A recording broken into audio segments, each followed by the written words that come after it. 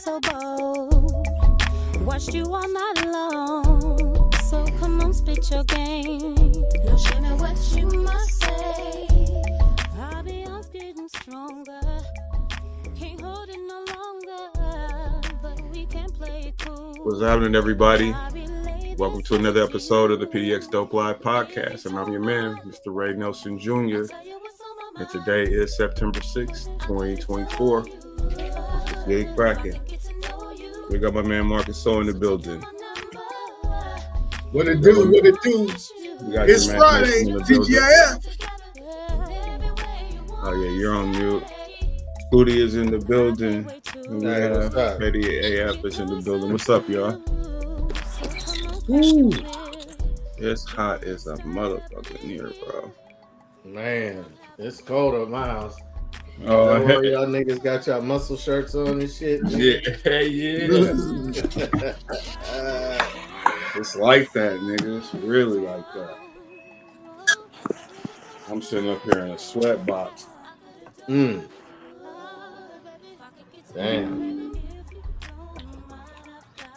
I might have to get on my phone and go downstairs and do the show. Turn my AC on because nigga it's hot.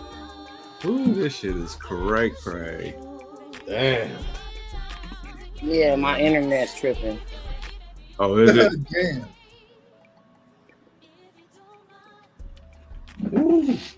Shit, man. So what's up with y'all? What y'all got going on this weekend? Man, you know what it is. I ain't even gonna take over the show like that. Oh yeah. Well, that's coming up, but I mean, it's got to a crazy start with that. But anyway, shit, are you going to any games, or are you just gonna be chilling this weekend? That's it. I actually might go live during the Colorado game and talk shit. You know. Yeah. But, Who they play? nigga, Nebraska. Oh, that is right. Yeah. That's. Yeah. I mean, you know, that's kind of like it's a rivalry. Yeah, with Nebraska week. Where is Dawn at this year? Did she pop off or drop off? Yeah, I think so. She said her internet was acting up. Was janky. Man, listen. So what's going on in the news? I had a story. Did y'all got any stories y'all wanted? Anything particular y'all want to get this thing started? Talk about? Let's get it started, man. Let's get it started. I don't have no stories. We all had stories. I mean, I actually would like to. We was talking backstage a little bit about wages, how wages are nowadays, and you were making a comment about when your grandfather was coming up, what he was able to afford, right? Yeah.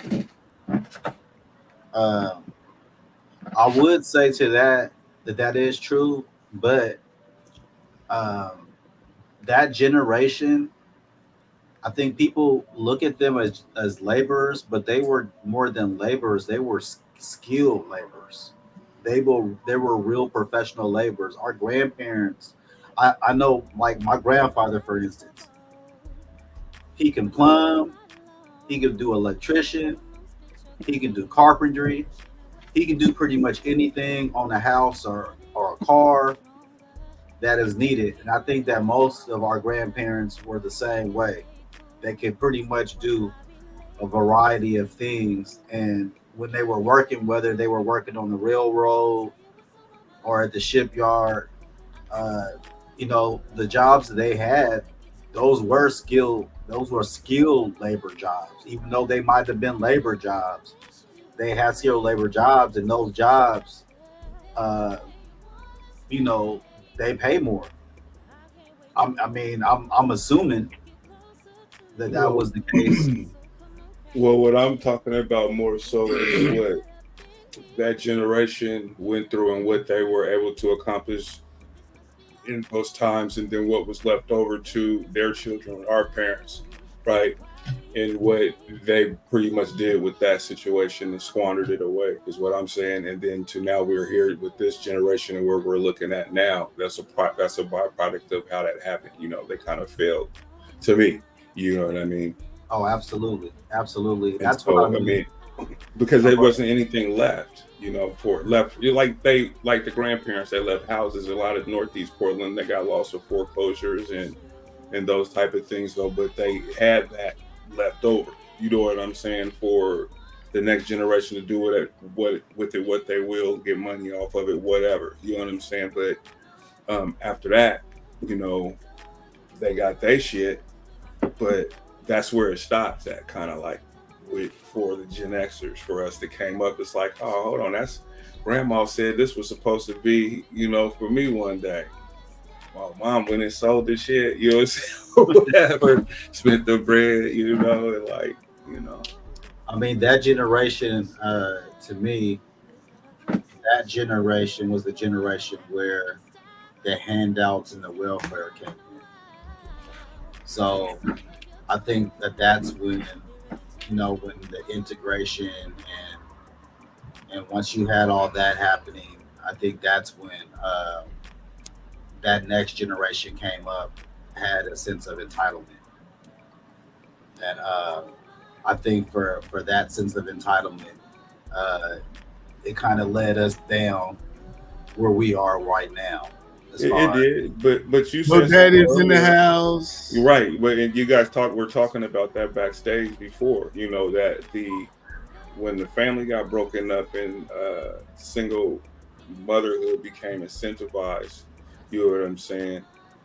That's when the disconnect started to happen. Because I can remember, I mean, shit, back being a kid and when my parents first divorced, it was embarrassing, you know, or you got made fun of if your parents wasn't married. You know, I was kind of like, you know, then eventually 5-10 years down the road, it was the norm.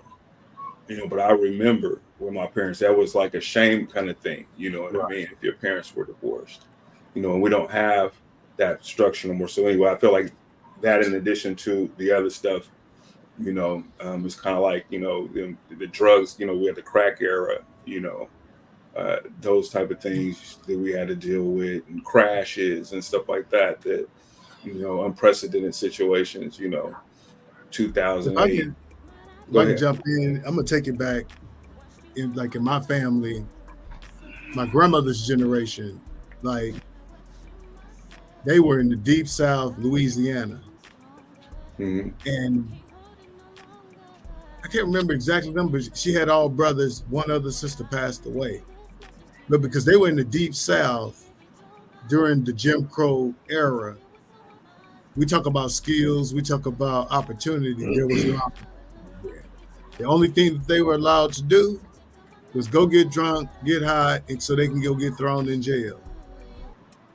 And see, when I was born, I still remember being a little kid seeing that. I didn't know what it was at the time, but now as I became a man to understand what started happening, I'm like, God damn, where my family shit, we was doomed until our generation. Because what that made my grandmother do was she was one of those type of, in that time, left kids at the house hungry, no food on the table, just out running around getting drunk, her and her brothers. Yeah. And we talking about like 2 generations of that until we come along in the 70s. You know, and my uncle, one of the brothers of that, like, yeah, he went to Job Corps and got a skill and was a 30-year janitor.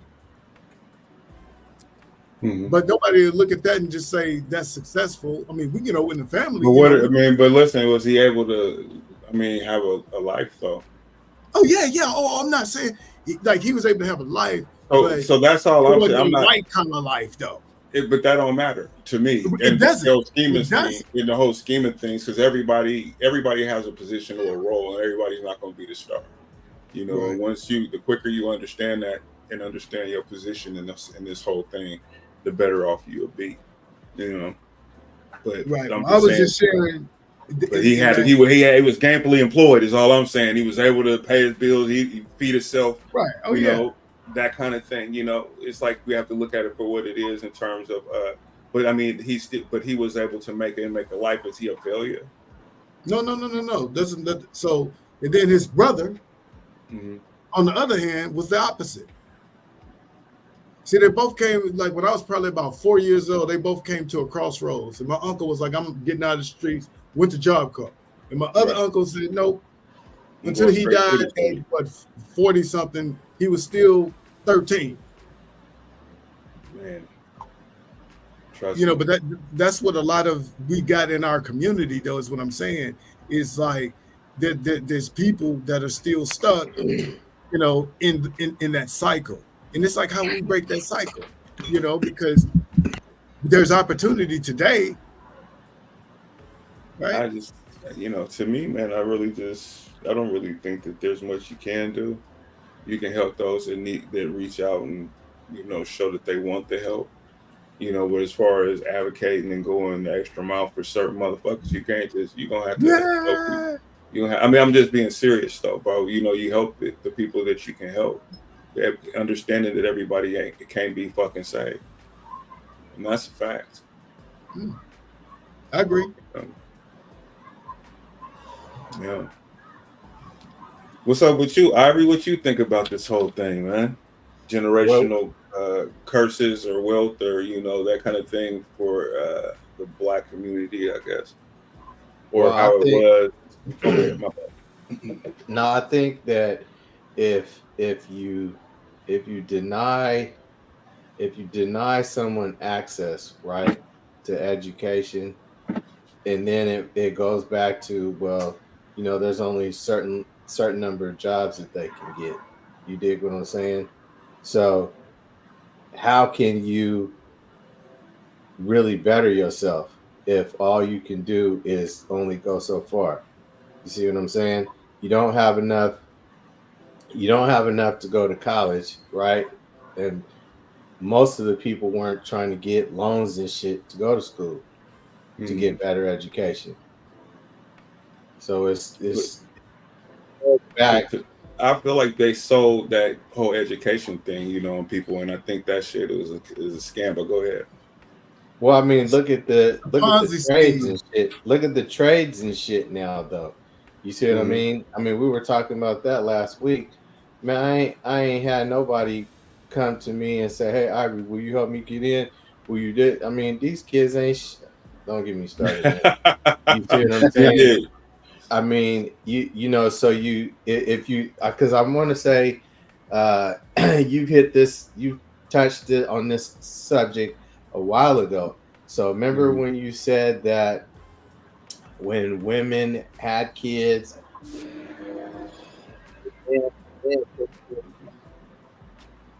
what happened? Hold on, you and kind of, did y'all hear him? It sounded weird. Can you hear me now? Yeah. You clear now. I said, remember you hit up on this a couple times, where you said when women had kids, right, and they were in the home, that in order for them to continue to be on welfare, the man could not be in the household. Yes. You see what I'm saying? So that fucks up the whole structure. You know what I mean? You got the mom trying to raise the son who is out in the streets because there is no role model there, right? So he not thinking about school. Right. He becomes a son husband. That's what they call it. Yep. And shout out to Angry Man. I got that from him. But yeah, I've heard. Have you ever heard that? They call him that though. Mama boy niggas. That type shit. So, yeah. But Ivory, I was gonna say on that. My son, man, he probably want to schedule some time with you to talk to you on the phone about that, about what you got going on at your job. I'm with it. Yeah, he was just like, man, he's just like man, let's try to pencil in some time, man, where I can just talk to him and just know about the field and the opportunities and stuff like that. So I said the next time I holler at him, I'll let him know. But Hey, that's good shit. Say less, bro. He'd be the That's first good shit. person that I didn't really spoke with about it in shit. I've been in the trade almost 13 years, bro. That's crazy, bro. That's insane. But so I think but so what do you think that is though, Ivory? Is it that the kids don't want to do the work, or is it a situation where the information is just not getting out to them, in a way that they know that these kind of opportunities are out there? So a lot of it is okay. A lot of these kids don't want to do shit, right? And the Right. ones and they don't know how to do shit. You see what I mean? Lazy, and because the resources are there, the resources all over the place. You feel me? They just want to be out here gang banging and doing the social media shit and this, that, and the other. You know what I mean? And Right. you gotta you behind the 8 ball. You know what I mean? We lying to our kids, telling them you could be whatever it is you want to be. No, the fuck you can't. There's some shit you can't be because of the color of your goddamn skin. You dig what I'm saying? I mean, it's just real. I say that's real for maybe some people though, but I feel like this. We see too many successful people doing a little bit of everything. You know what I'm saying? And we see a lot of it, depending on where you live at, whatever. And I feel like it's more about choices than anything. Like you said prior to that, there are things that you can do if you make good choices. It might not be like I just said earlier. Everybody can't be the star, but you can find your niche in life and make money and be able to take care of yourself. Have some things. I think a lot of times that we have problems with separating our dreams and from reality, right? From reality and responsibility. So, we'll have people that will chase a dream, like let's say a hoop dream. And this person every year is going out, trying to, be in the NBA. And, he got out of college at 22 years old. And he's 29, 30 years old. And he's still chasing his dream. And he has a girlfriend per se. And they got a kid and they living together. And they starving. And he don't want to get a job, want to do nothing because he's chasing his dream, and he wants to get into the NBA, and he's playing video games and working out. Right, you know what I mean. So it's like it's a whole lot of that going on, man. It's a whole lot of people not really being accountable for their actions when it comes to that. Yeah, man, because I feel like I see the people that I deal with, like y'all or whatever, friends of mine and stuff like that. I feel like whatever it was, whatever obstacles that came before us, whether it be race or just the hard knocks of life, we came those things, and we continue. You know what I'm saying, to make choices and improve and to excel in whatever it is we're doing. So I look at myself and I say, hey, when I was at my low points and shit like that, or money wasn't right, I had to make a choice. You've talked to me about this, like being down to your bare bones, last little dollars, nigga, like, and feeling like that, nigga. I don't ever want to feel like that. So I have to make better I had to make better choices. I had to, I had to slow down. I got to go back inside. Niggas want to be outside. Is that what they saying? We outside right now? Like, yeah. I had to go inside because I was outside too much, nigga. For real. I mean, I had a kid, so that was important for me, and I think that was the most important thing, that really got me straight. To be honest with you, I probably would have got knocked off a long time ago if I wouldn't have had no kid. So I damn near got knocked off with the kid. You know what I'm saying? For real. So shit, I think it's just about the choices. A motherfucker and start, really kind of believing in themselves again, because I think mental health plays a role, but it can't be the excuse, Nope. because and that's my biggest thing, because I don't believe in ever being in a position of weakness, especially as a black man.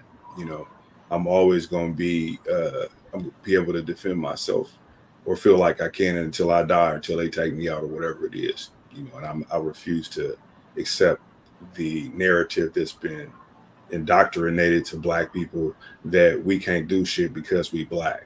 I refuse to ever to ride with that. That's why I don't fuck with Democrats no more. It's more, it ain't about just fucking Donald Trump. I mean, I get it. People's, oh, he's a racist, whatever. I mean, we can debate that all day, but it's not even about even that shit. It's about, what is that, like that party is even saying to us and shit. I'm going off into a soliloquy, but I don't know, man. I just refuse to be a victim. And that's what they selling us. And I'm not ever gonna buy that. Ever. I'm never gonna be a motherfucking victim. And it's selling that mentality, Ray, to this next generation, these young boys. That they know that, okay, well, now look, you can actually, go and do something, but what it is you gonna do, you got to be accountable for it, and you got to really put the work in. It's like everybody's afraid to put the work in, and then, oh, okay, if it's not working this way, well, try it another way, or just keep trying, or you know what I'm saying? People, like you say, motherfuckers now playing basketball, working out, playing video games, going on, and thinking that's going to get them to the league. But here's another thing I want to say, is that we talk about a certain segment of our community, right? The downtrodden part of our community, and we never fucking talk about the successes. And I'm not talking about the entertainers and shit that we see every day. I'm just talking about the everyday people that got successful families and successful marriages. You know what I'm saying? Like raising, beautiful kids and shit, barbecue, living life. You know what I'm saying? Like that, those are successes. Yeah, See right. what I'm We saying? always And we see the paint ratchet. success in this, with diamonds and gold, and being, in the mix, and being a star. You know what I mean? And that's what we live in these fucking mythical bubbles, like we are stars or something like that, or that's what this social media thing creates. But just being like, hey, you know what I'm saying? You doing that ain't, I don't know, man. Maybe, I don't know. I just feel like, that we got to get away from that shit too. That nigga working or doing what I do, doing what I do, or whatever. I look at niggas, they look for help and shit for the nigga that's working. But all you a square nigga, you ain't out here doing this and that, nigga, but all you doing is going to work, nigga. You know what I'm saying? But then they looking at you for help at the end of the day. You know what I'm saying? So who's really successful at the end of the day? Or don't got nowhere to fucking go, or shit, shit like that. So I just feel like there's a lot more success. They want to talk about the fucked up part of our community, But that's what I mean, us as black people, that's what we talk about. We champion that. I mean, we champion the struggle. We champion from coming from nothing and growing up with no lights on, and and mama right. got, But we talk 3-4 about that baby shit. But that we talk about that as we escape. That's the journey out. Like, yeah, I went through that shit. I talk about that, and people can identify with that shit. But the idea is to say that I got up out of it, or I changed, I evolved as an individual. Oh, absolutely. But we not doing that. We're championing that, and it's like you not real, or if you you don't not go black. through some shit, If you don't go through that, if you don't have that struggle, or you don't even go You through ain't that, been you're to not black, jail. you ain't real. Yeah, Right. no, that's bullshit. That's bullshit. I don't believe that ever, because it's just like, so you think because you from the hood, you could beat a motherfucking suburban nigga up, or a white dude or whatever, and they end up whooping your motherfucking ass or dragging you all in the streets. And then what? What are we talking about now? You're gonna be like, for real, oh, I'll whoop your ass, you a suburb motherfucker. You know what I mean? Like, you don't know what all that type shit, bro. Yeah. But ain't nothing wrong with being a square.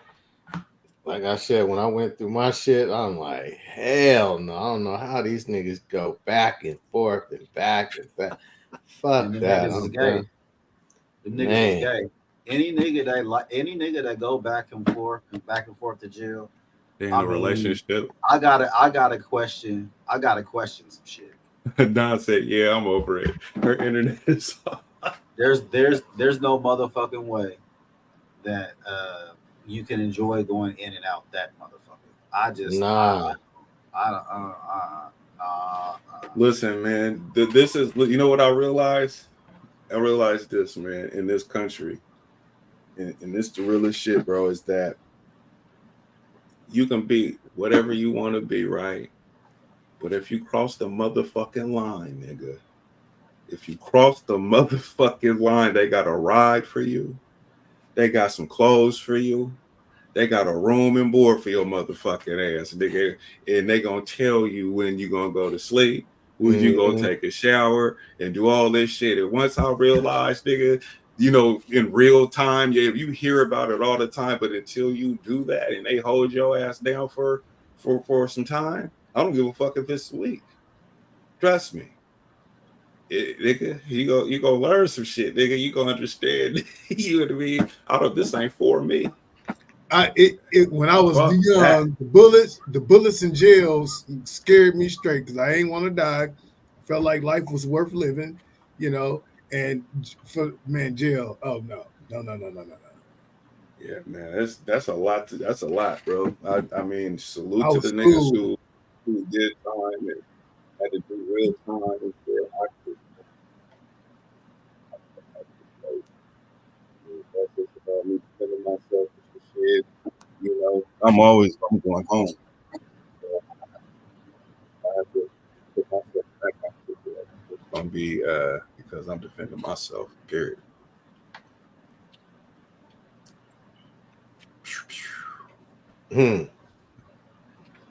Yeah.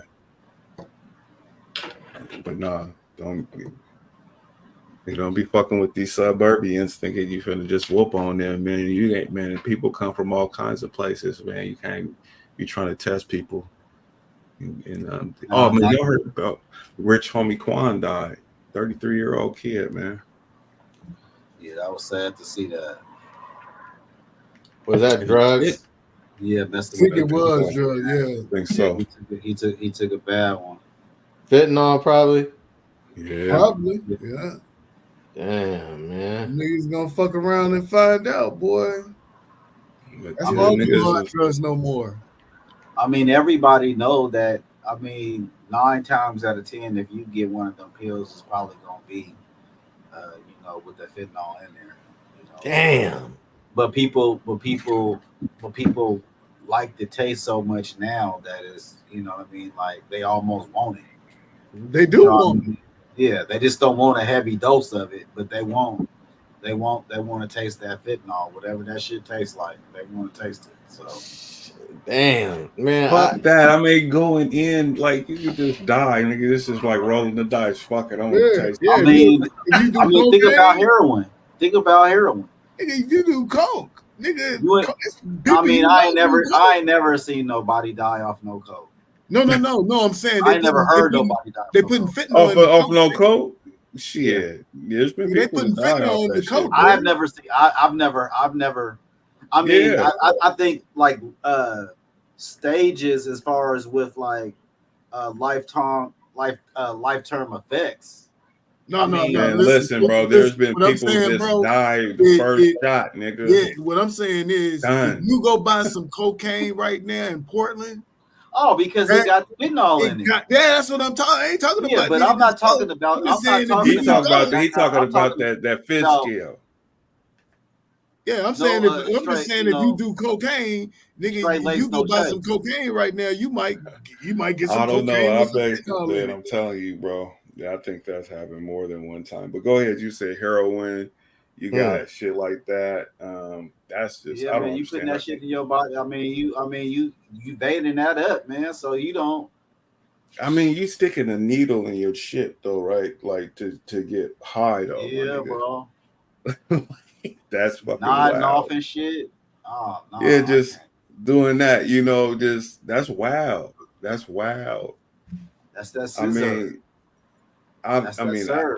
I mean, it's like that with coke. Motherfuckers was fucking with coke, bro. I'm looking at them like nigga, like you doing something else, like really? Man, this motherfucker CEOs and presidents and supervisors doing coke, nigga. Yeah. I mean, you know what I'm saying? Like, I know. I'm just saying though, bro. For me, I've never ever, bro. I never ever. I'm too. Me neither. Fuck out of here, bro. I've seen because once you can't get it, then you start cooking it up. Then they got your ass. Nigga want to stretch it out. Niggas want to stretch it out. Want to stretch this out a little bit, nigga. Yeah, pause, nigga. Nigga, bass rock, nigga. Firing up, nigga. Scraping the nigga. I've seen it happen, man. Start off, man, just had all the money, was just fucking with the powder, the yowder, nigga, and then he got money, got low. Say I stretched this out. It's weird because, man, I think that drug affects us differently than it do white people, man. Because I know white people been doing. No, it does. It does. Absolutely, bro. I don't know.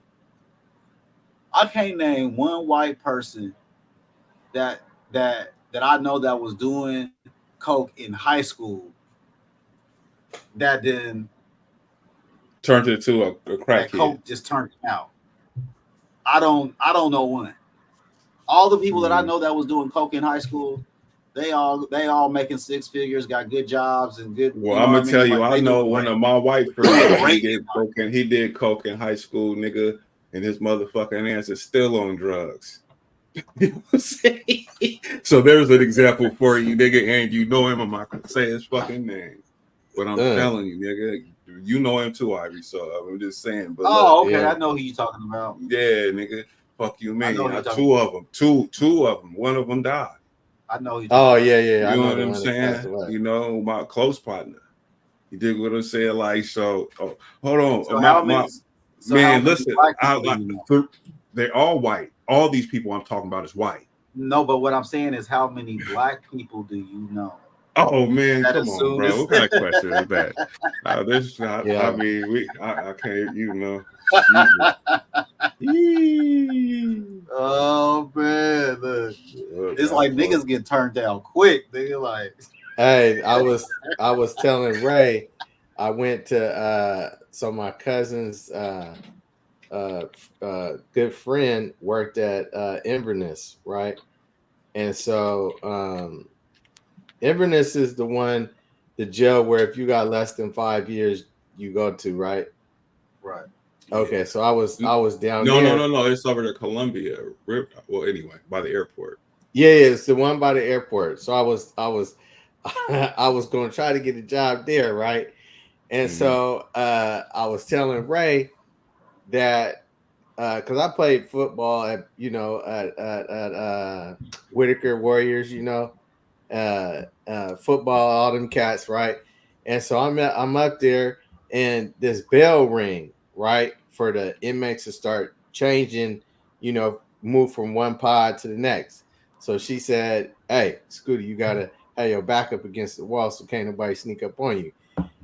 Now, bro, I was seeing people was walking by, "Oh, what's up, Ivory?" This and that, right?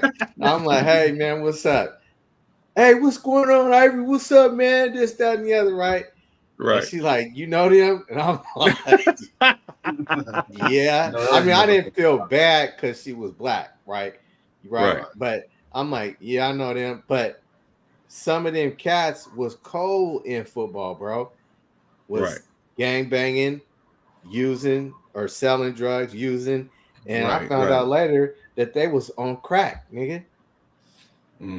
Crack. And they my age. Yeah, man, there's a lot of niggas. I thought not saying that there's an age limit, but it's like, nigga, we all grew up together. You know what I'm saying? Right. So you figured though, especially how we seen it, I got so many partners, man. I got one of my partners that, man, he used to be our quarterback, man, in like fifth grade, man, fifth, sixth grade football, man. And, Man, I think in 7th grade too, man. He out here on a bad one, bro.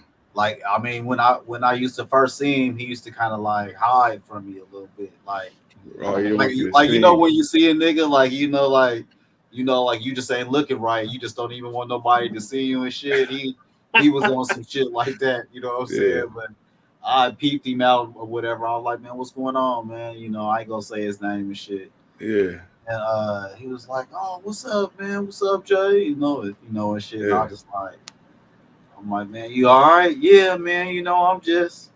Then he tried to hurry up and keep it moving, and like I started seeing him a lot. Now he just don't even give a fuck, man. He just like, what's up, man? You know what I mean? Right. That's cold. I mean, a nigga got. I mean, you know, nigga know a whole bunch of motherfuckers. I know a whole bunch of girls I grew up with. You know, they was cool. They was. That should be tripping me out. They was really prom queen. I was prom queen. No, I ain't lying, bro. I swear to God, bro. That'd be this sad, ain't just. bro. I'm not. This ain't just the motherfucking. This ain't just Chris Rock, nigga. Yeah, I'm telling you this motherfucking truth, nigga. I'm talking about this motherfucking girl, motherfucking prom queen, and motherfucking turned into a fiend, nigga. You know what I'm saying? Out here, you know, being curious and shit. You know what make you try? I mean, other than Ray saying, you know, man, we gotta make this stretch, but what make you think like, man, I'm gonna try this shit, nigga? Hey, listen, man, I'm gonna tell you one thing. Like, girls want to have fun. Girls want to have fun, right? So girls are the one they're gonna always have the curious, the curious personality, and the girls are normally the ones that seduce the dudes into trying the shit. Normally that's how it normally turns the fuck out. It turns out that I tried cocaine. Oh shit. Female. All right, trust me, man. She gonna put it on her titty or something. You know, Mark don't go ham on it. You know what I mean? So just sniff it all down and then you just start smashing the bitch. Just going off on some crazy sex. Look, he ain't denying shit either. So you already know it's true. You know what I mean? I ain't never tried that. Mushrooms, no, but acid, I ain't tried none of that shit. You mentioned that it do hit us. Those drugs do hit us different because when I came out of the hospital, I had a lot of oxy, narcos, and shit. Man, I ain't get hooked on that shit like that. But other folks, right? Yeah, they did. But I know a lot of niggas on pills. Oh, I know a lot of niggas on pills. Yeah, I do too. I do too. I ain't gonna lie about that shit. No, that's his. I mean, I know people, but I'm saying it do hit us all. It hit black people. I could think it's like alcohol with Native Americans or whatever. They say that the alcohol affects them differently than it affects most people. See, and that's the same thing in Australia, the Aborigines. Same shit. Yeah, we're gonna feed these niggas some crack. We're gonna mobilize. We're gonna slow y'all motherfuckers down. Nigga, here had this. Thought heroin was gonna work, but this shit here, you know, because back in the days, only whites used to sniff that powder. They had to have some bread to get that. You know, niggas wasn't on that. But then when they started to party, like, you know, that's when our grandparents' kids start to party and hang out and shit. They want to be like the white boys. Then they start, listening to disco and all that. And then they start fucking with the drugs that y'all niggas didn't even play with, nigga. And now you nigga fucked around, and now it's 79, 79, 80, nigga. Now we making this stretch, nigga. Bass rock, nigga. You know what I'm saying, nigga? Hey, I was at kill Applejack, nigga. Hey, I was at work, and this white dude. This is how green I was. So the white dude, he was like, I probably only known him a couple weeks, and he was like, "Hey, Ivory, you party?" And I'm like, nah. You know, I didn't know what he was talking about. He was like, man, you don't party. You don't party? I'm like, I mean, I go hang out, you know, and go to the club or a bar. So he's like, no, man, you don't party. And I'm looking like, nah, man, I don't party. That shit, look. Yeah, nah, that's what he did. He said, man, you don't bump, you don't bump. I'm like, I didn't think. I was like, nah, man, I don't. Nah. He's like, man, I bump a little here and there, you know. Yeah, bro. That's how green I was. I didn't know what the fuck they was talking about. What was he talking about? Cocaine? Yep. Yeah. Oh. Yeah, no, my partner, it was my 41st birthday or whatever. Me and one of my work partners, right, was hanging out. And we went to the clubs and all this shit. And then we came back to the crib. And then we was chilling, drinking and shit. And then he's like, Red man, you party? He pulls out this bag of cocaine. And I was like, nah, man, you can knock yourself out, bro. I'm good, bro. I don't fuck around. He's like, oh, you never? I was like, no. I was like, do what you do, though. I'm like, man, I ain't no hater, man. Long as you ain't smoking a rock or some shit. But I was like, wow. Mm-hmm. I was like, nigga, like, shit, no. I mean, motherfucker asked me so nonchalantly, like I was with the shits or something, bro. Listen, I'll snort line and have a heart attack, nigga. You know what I'm saying? Like, man, I went to Central Catholic High School, so I had a lot of white friends, and they had money and they had access to every motherfucking thing, and they had good shit, nigga. Oh, they had everything that you wanted. They had any and everything that you wanted, and I would get asked, "Hey, you want to try? Hey, man, let's do. Hey, man, nah, I'm good. I'm good with all of that shit. You know what I'm saying? Like, I just do some weed, man, and some alcohol, man, and I'm cool. And a lot of and that should be too much at times. Mm-hmm. So, I was always good, but they was always on mushrooms, and a lot of my partners was doing mushrooms and acid. You know what I mean? Some of our partners, was fucking around with coke and shit like that back in high school. When we was balling and playing football. I remember that. We was like the Cowboys, nigga. We had a few niggas fucking with coke on the team. Mm-hmm. Straight up, won state title too. Sure did. Mm-hmm. Yeah. One of them was the rehab nigga doing the street. Right out nigga on the title, nigga. Just like we was motherfucking like for real, nigga. Niggas thought they was living that life, nigga. We was going to his rehab, sneaking in booze and shit and everything, bro. I know you're talking about too. Yeah, we did that. The first time I ever tried cocaine, that shit was whack, and I was like, I ain't get it. But then I came home and a friend of mine had some. Mm-hmm. Okay, I'm gonna try it again. he said it was a different whole feeling, man. Tell us about your experience, man. Yeah, that shit was like, oh, okay, I get it. You probably had that shit that had the crystals in it. He said, I get it. Well, see, and then the next time I was in Sydney, then I had some good stuff. And Sydney, Australia? Yeah, when I was in Sydney, because the first time was in Sydney, it was whack. Like it was stepped on. It was. And how you get cocaine? I mean, I guess I'm not gonna ask you. They get it everywhere in the world. I mean, I'm not. I guess I'm not gonna ask you. They got drugs. Let me ask you a different question. What you pay for that shit? Oh, it's expensive. So a brick at the time would cost you like $275 to $300K. $300,000 for a brick of cocaine? Nigga, we was an island. That shit got yeah, boy. Yeah. Yeez. Whoa. Now, when you got it there, you got your money. Oh, you got your money. Jeez Louise. Man, I can only imagine how much they was charging for a fucking. Bro, they had this one dude. For 200. Hold on. You said 200 and what? 275 to 300K for a brick. This is back in 2004, 5. 300K for a brick. But that's a whole different country and situation, is what he's saying, though. Oh, I know. Not necessarily. You just have to have the. You just got to have the connections because they doing it. The shit was getting there. No, I'm just saying, like, how much is it for like a gram though, right? Like, it was expensive. Like all our shit was expensive. A gram shit gotta be damn near shit at nigga. $300. A gram was even maybe about 100. I mean, that's regular. That's regular. Oh, okay. Well, then there you go. But they would break, and so that's why that first batch I ever had was stepped on.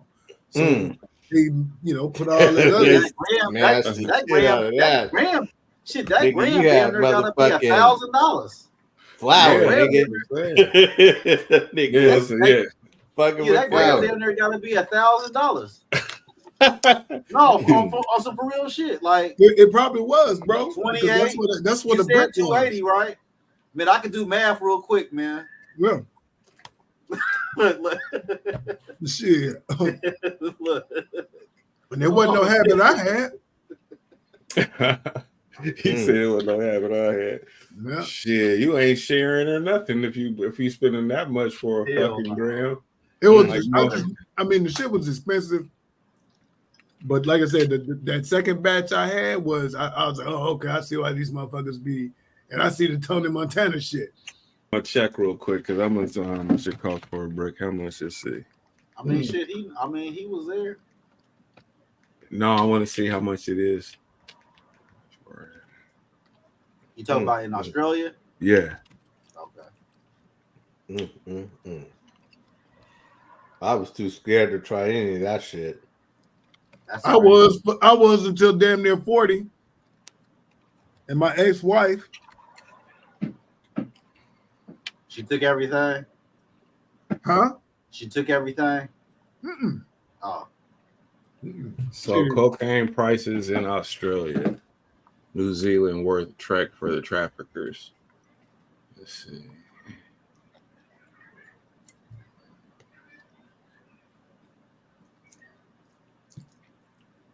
Shit, in Australia, in early March, they found like 24 or 2.4 tons of cocaine had been seized en route to the country, setting a new national record, while only recently revealed the seizure took place back in November. So that was around the time Mark moved back, wasn't it? Oh shit. All I'm saying is them dudes, like they run the nightclubs and the Middle Eastern cats, them and the Asians is who bring the dope in. That was $677 million worth of coke. Damn. Yeah. 3 men were arrested. They're going to jail forever. Oh, they're not. You don't get out over there. No, they ain't gonna do for 20, maybe 10 years. They don't do that. You get 20 for murder in Australia. What? I mean, that's what you get over here. 20 years? Yeah. Shit. What? Okay, so a brick. Oh, check it out. So a brick. It says a kilogram of cocaine, depending on purity, may sell for as much as 400,000 Australian dollars. That's $266,000 in the country's eastern cities, according to the Australian Federal Police, and this is 2022. So yeah, that's about Ooh, so what is they stepping on it too? Yeah, that's what I'm saying. The first batch I ever had, nigga, that shit was stepped on, and then next batch I was like, oh, okay, I see the difference. Because I kept tapping that table like. What is the conversion from 400,000? Oh, I'm asking about it, bro. They said Eastern 266,000. That's Eastern Australia, though. That's Sydney. Yeah, that's Eastern cities in Sydney, Australia. Brisbane. Let me see. But so in Perth, that shit must be damn near $1 million for them to get, because Perth is like the the West Coast. That's insane. So off one brick, you damn near making 400,000. Yeah. And they do it, bro. Oh, okay. You right, Jermaine. That's what it was. That's what it was. Yeah, 266. Yeah, 266,000. So yeah, you was right, spot on. That's crazy. That's insane. It's crazy. It's crazy as a motherfucker, right? Like Jesus Christ, bro. Like 266, and that's right now. And back then, I mean, how does anybody even afford that shit? Man, look, it's they call King's Cross. That's what the Navy people be coming into. Don said she needs to change her career choices. Little red light district over there. And it was a cat that was running that club, and then they did a little documentary on him. You know, remember how they was doing the American gangster shit? Right. Yeah. They Australian shit, and this motherfucker, them motherfuckers they had the club, and basically was just selling dope and shit about the club. I've been in that bitch many a times. Right. You know what I'm saying? But you know, but King's Cross is like the red light district of Australia. But that's what I'm saying. Them motherfuckers was making bank. This in Australia, because quiet is kept. They crooked over there. Oh, I believe it. So you pay off the right person. I mean, you know, well, you ain't got too far to find the right person to pay off over there. And that's why, you know, sometimes they get caught. Yeah, you get caught because you ain't pay the right person off. Yeah. Somebody didn't get their cut and be like, "Oh, I'm gonna turn your water off, nigga." Fucking playing with me. Fuck you talking about? You know, that's crazy. No coke for you, nigga. And just think about 2.4 tons, right? You got 2.4 tons of cocaine going for 266,000 US money per brick. That's 2.2 fucking pounds. What does that convert to? Let's do the math. Damn.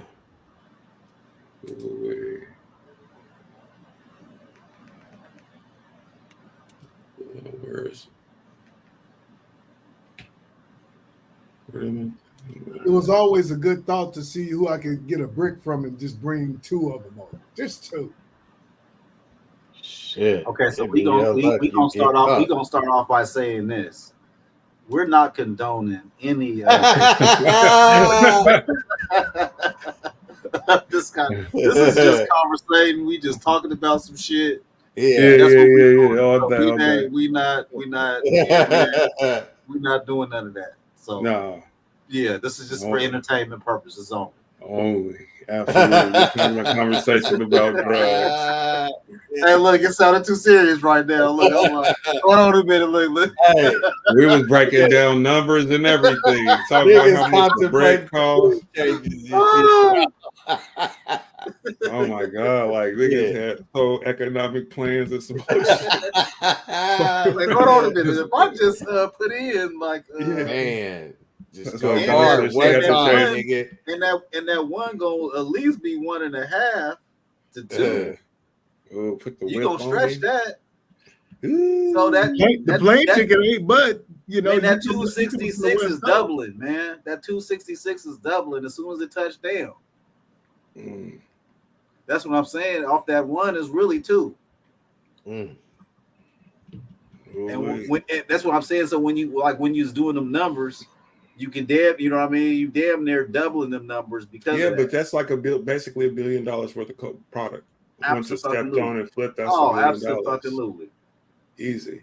So it's like whoever shipment that was finna be a good year for them. Damn. Bro, and they got much more than that on deck though too. Bro, listen, you can if you gonna make. If you could damn near make $500,000 off of one, you know what I mean? Yeah, so it's well over $1 billion. Shit. Yeah. Off of one. I say that's crazy work.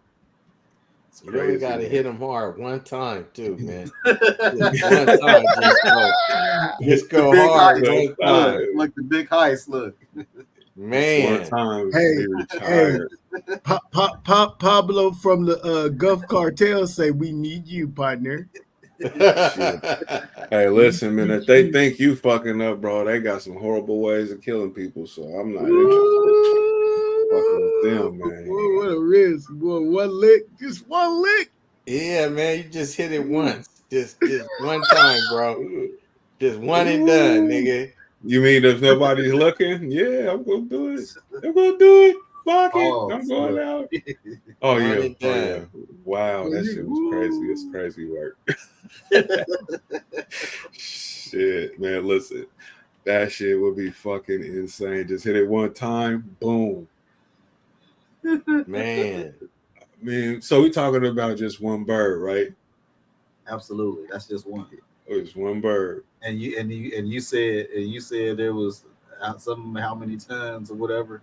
Yeah, no, I was just saying. So how many birds is in 2 point something tons? So bro, I have to do. Yeah, that's too much. You can't even sleep good trying to get. You got that much. Man, bro, they sleeping good. Man, you gonna be bro? They sleeping that great shit away, over there, bro. They sleep. Listen, if that's what you doing, and that's your life, and you got and bro, you I mean, yeah, you one of the richest people on earth. I'm telling you, I seen them. They be living like they royalty. Yeah. No, but everybody, but you gotta have, in order to get that off, you gotta have everybody got to be in your business. You gotta have people. Listen. It's the price of doing business, man. Listen, you damn near. If you don't know somebody over there that's inside connected, you gonna get killed. Quick. Oh yeah, and they gonna take all your shit, nigga. Like, I mean, we just said how much the shit is worth. You know what I mean? And that's in US dollars. So in they dollars, it's even more. You see what I'm saying? So right, 400. Nigga, that's already $500,000 for one. Like you said, they got strange ways of motherfucking killing people. You know what I mean? So, yeah. Tell motherfuckers, make it quick. Look, make it quick. And there was the birth of Nino Brown. What was he gonna do with the break? He gonna start the corridor. Helping this motherfucker be around here, nigga. Oh my god, how to get it off, nigga? Just be sitting there, just looking at the shit, sweating. Lying, nigga. Listen. The hard. Listen, if you getting it there is the hard part. If you smuggling anything anywhere, that's the hard part. Is getting it there, getting it off anywhere. That's easy. You gonna figure that's the easy part of figuring that shit out. Whatever you doing, you just got to figure out how to get that shit there. You can get it by plane or by boat. You can get robbed. You can get robbed of that load.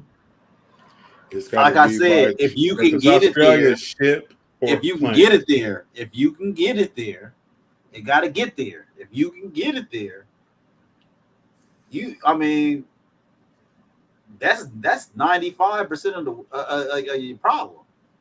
Getting drugs sell itself, bro. You ain't got to sell no drugs, bro. Yeah, you can get robbed though. Listen, man, that's the part of doing business. Shit. No, that is. I hear you. I'm saying shit. That's a terrible collateral, whatever. But yeah, no. I mean, if you deal it in the drug business, that's just a part of that business. That's a possibility. Like, it's always you gotta. You don't work hazard. If you're not prepared for that, it's not. And it probably be the police that rob your ass too. Absolutely, the police that rob you. Absolutely, for that kind of money, absolutely. Like that's what I'm saying. You got to be connected. Rob you, they gonna blow you, shoot you in the back of the head after they take. Hey, just imagine getting pulled over, right? That's how they pull you over, and you got a truck full of that shit, right? And you thinking you going to jail, nigga, for the rest of your life, nigga. And the police out, and he make a phone. Yeah, we over here.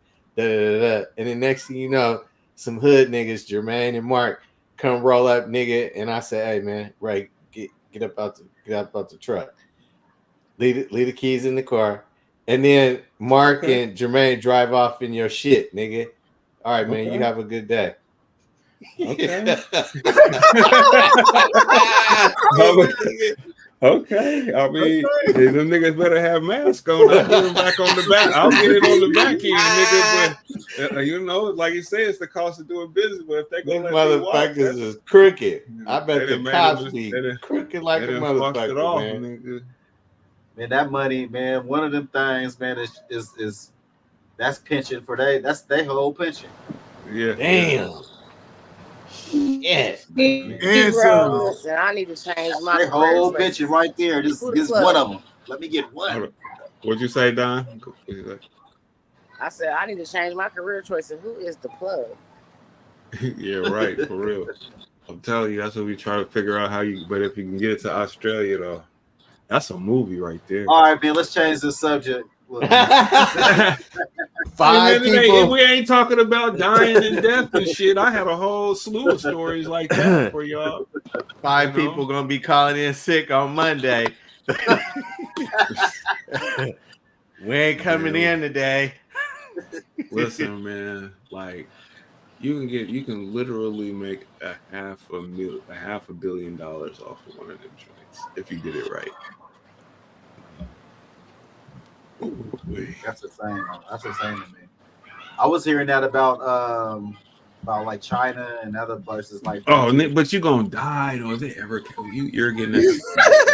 Yeah, that's just there's no. I mean, China, you gonna get 10 years and get to go. Or like in Russia, Russia is like that too.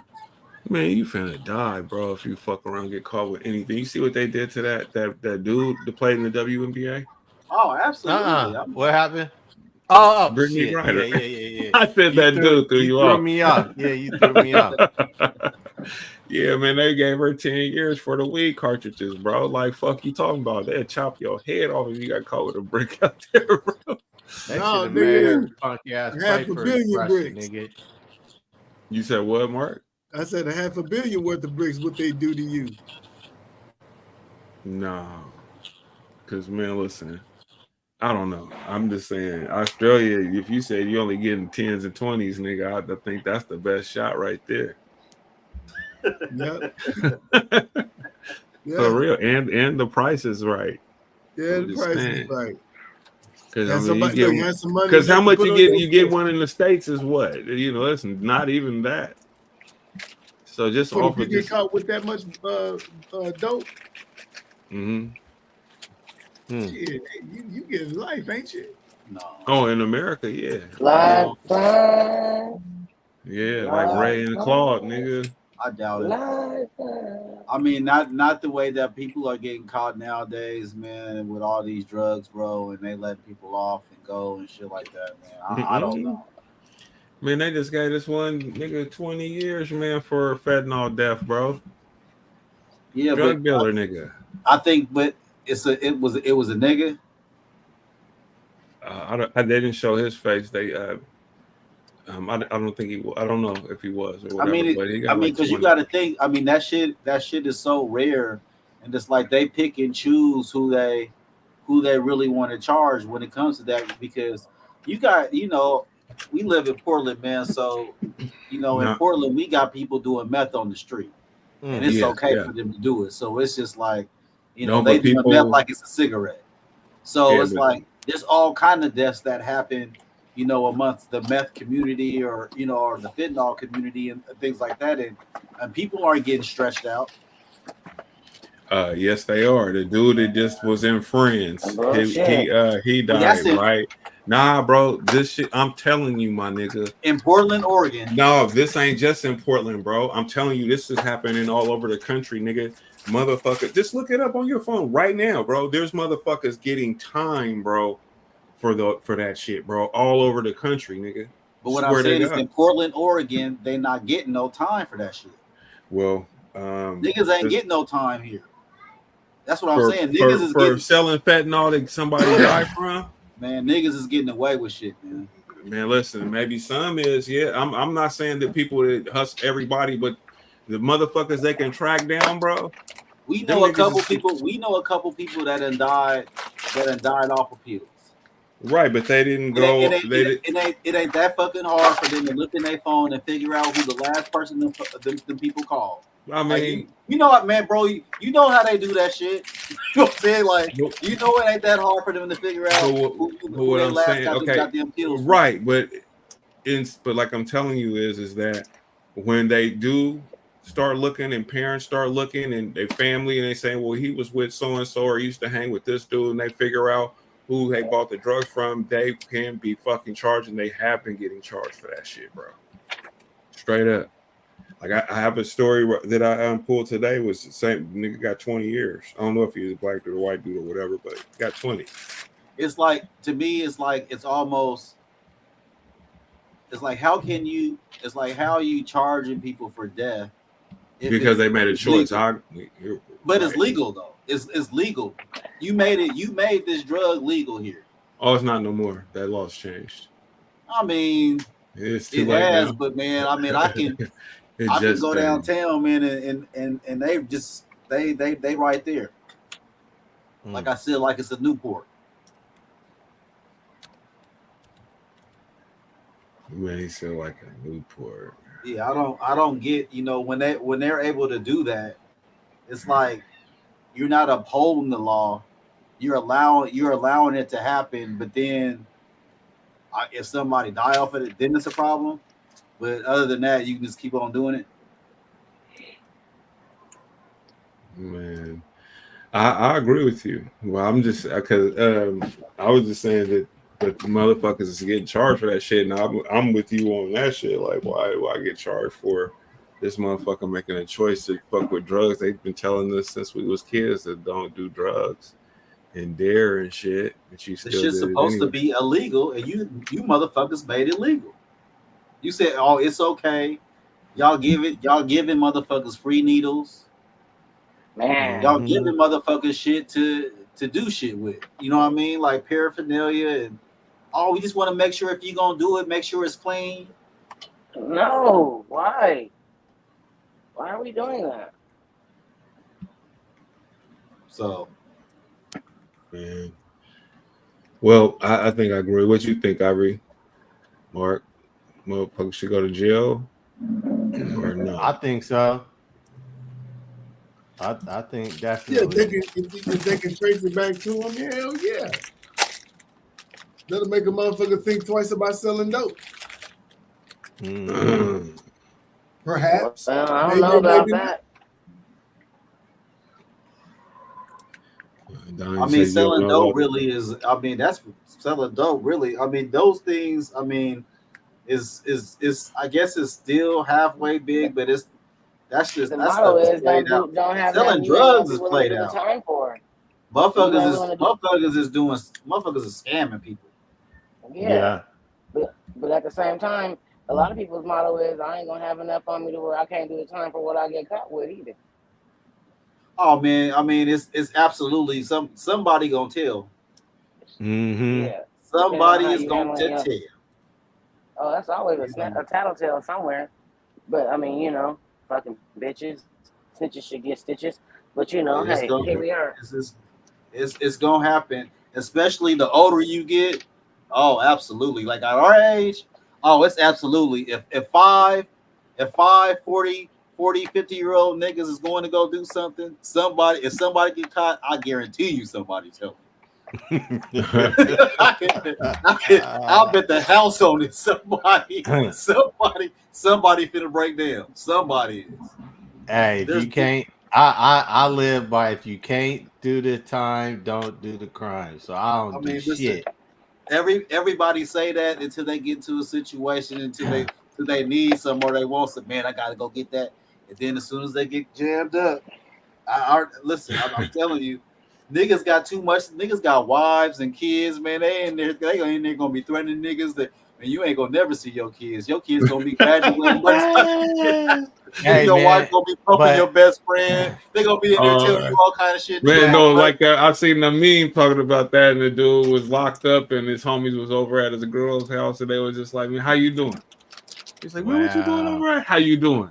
And he said, I was like, "Oh no!" They was like partying. It was like 5 of his homeboys at his girl's house, and this nigga was doing like a dub. Nigga, you don't call your mama over the phone, nigga. Your mama just said, "Baby, I done went over your house. It was some guys over there. They was over there. Looked like they was having a good time. You over there fuming inside, nigga, just burning up inside, nigga. Nigga, you about to go to the hole, nigga. You about to go to the hole. You don't want to get off the phone when it's your phone time is up and everything, bro. You can't. Shit, nigga, ready to knock every nigga out in there, nigga, and ready to tell on everything you done heard or seen, nigga. You know what I'm saying? Get out, nigga. You telling on shit that he gonna pull a Nicky Barnes on the motherfucker, because that's what Nicky Barnes did. But that's what happened to Nicky Barnes though. When Nicky Barnes got caught, remember they had they rules and shit of what they wouldn't do. They wouldn't sleep with each other's wife, kind of like the mob shit, right? So, but when he got locked up, his bitch was fucking with one of the homeboys, one of the people on the council. I think that's what they called it. And that's when that nigga went bad. He's like, oh, nigga, the bitch was giving him all the pussy, and that nigga, he lost his shit. It's one thing about a nigga that's a rat. A nigga will make an excuse to do some foul shit. He knew that shit was foul, but the reason was because of that he was trying to fuck my bitch. That's why he broke the code, the oath. That was the oath of the council, and that's why I'm telling on every motherfucking body. Yeah, he said, "Fuck that." You know what I'm saying? The oath didn't mean nothing. No, the oath didn't mean nothing. After that, it's kind of like Tekashi, what you say, nigga? Everybody, you going to jail now? Like Tekashi 6ix9ine. You got listen. You got everybody else like, hey man, I wasn't trying to fuck your bitch. It was just that nigga. Nigga, you telling on me and what the fuck I done did? You telling on every motherfucking body, nigga? I didn't do nothing to you, nigga. This nigga did. Yeah, he broke the whole shit down. They had but that. You gonna tell on every? That's what I'm saying. A nigga will make it come up with any excuse to do something foul. It don't matter what it is. In his mind, it's justified. Yeah, Nicky Barnes and then Frank Lucas. Yeah, them niggas is all rats. Them Harlem niggas be doing some nasty work, nigga. Shit, man. Fuck you talking about? Goddamn Alpo and shit. The fuck? I mean, come on, dude. That nigga got out and got clipped. And you know what he got clipped over? What? A bitch, fucking with another nigga. Yep, fucking with another nigga chick. And he was fucking with the right one though. This nigga, they said they said this dude knew how to shoot, knew what the fuck he was doing, and they talked about the group. Remember, we talked about it on the podcast actually when it happened. This was like 3 years ago. We talked about it on the show, and then I think Ivory called it out because we looked at it, showed the window where he was shot at inside the car. And Amari is just like, oh, that's a good grouping. Like it was just like boom, boom, boom, boom, right in a little area. And it was like he was like, whoever was in that car is dead. The way he shot him, they said it was military style. Yeah. Well, got to be more careful. You see what I'm saying? That's leave niggas bitches alone, nigga. Stay away from these girls that ain't really broken up, or they broke up with their nigga, but they nigga ain't broke up with them. You really gotta watch out for them. Dudes will kill you over a bitch. Yeah, absolutely. And the cool thing about it, so when you're young, and I think we all have been young, we all done did this to where like you just like you don't even give a fuck. You know what I'm saying? You just like, the bitch like you know what I'm saying? She's calling you up, she giving you action. You know she got a nigga or whatever situation she got going on. You like, I don't give a fuck about whatever you got going on. I'm just trying to, do what I'm trying to do real quick. But as you get older, you kind of realize and learn, like, okay, hold on a minute. Like, you see things go left to people. You see things where people show up to people's houses and niggas don't make it home. You know what I'm saying? You start seeing shit like that happen, so you start nigga in your bushes and shit. Absolutely, you start reevaluating. Like, hold on a minute, is this really the right move for me? And the bitch gonna lie. You know what I'm saying? She gonna tell you, no, she ain't fucking with nobody. She ain't fucking with nobody. I remember a chick came to the house. She was getting smashed by one of the niggas in the house, and he was outside in the car waiting for her. Cold shit, bro. I was like, God, that's so horrible. That's horrible. I mean, I was just looking out the window. The nigga was just in the car, nigga crying, waiting for the bitch, nigga. I was like, wow. I was like, that is so humiliating. And I was like, I would never, nigga, never, ever. Fuck you talking about, like, and this is a true story, nigga. I'm like, you're in your car, nigga, waiting for this bitch while she's getting fucking smashed, and you're in the car crying, like begging her to come out and all this type of shit. Wow. And the nigga we had to intimidate the nigga, make the nigga, he went down the street and wait for the bitch. Ooh. This is at the 10 1/4. Just at the 10 1/4, straight like that. Wow. Yeah, man. I done put some dudes in some I will say this now, man. Some fucked up situations, man. Like, I just say, man, like a nigga was a piece of shit. You know what I mean? Damn. But, I mean, yeah, it can I get wasn't ugly. interested. I wasn't interested in being nowhere a nigga had access to. So if your ex dude is, if you used to live together or he was a mainstay at your place or some shit like that, I don't want to be there at all. Nah, that's how you get killed. Niggas will track you down. Niggas be tracking the bitch down, bro, and following the bitch wherever she going.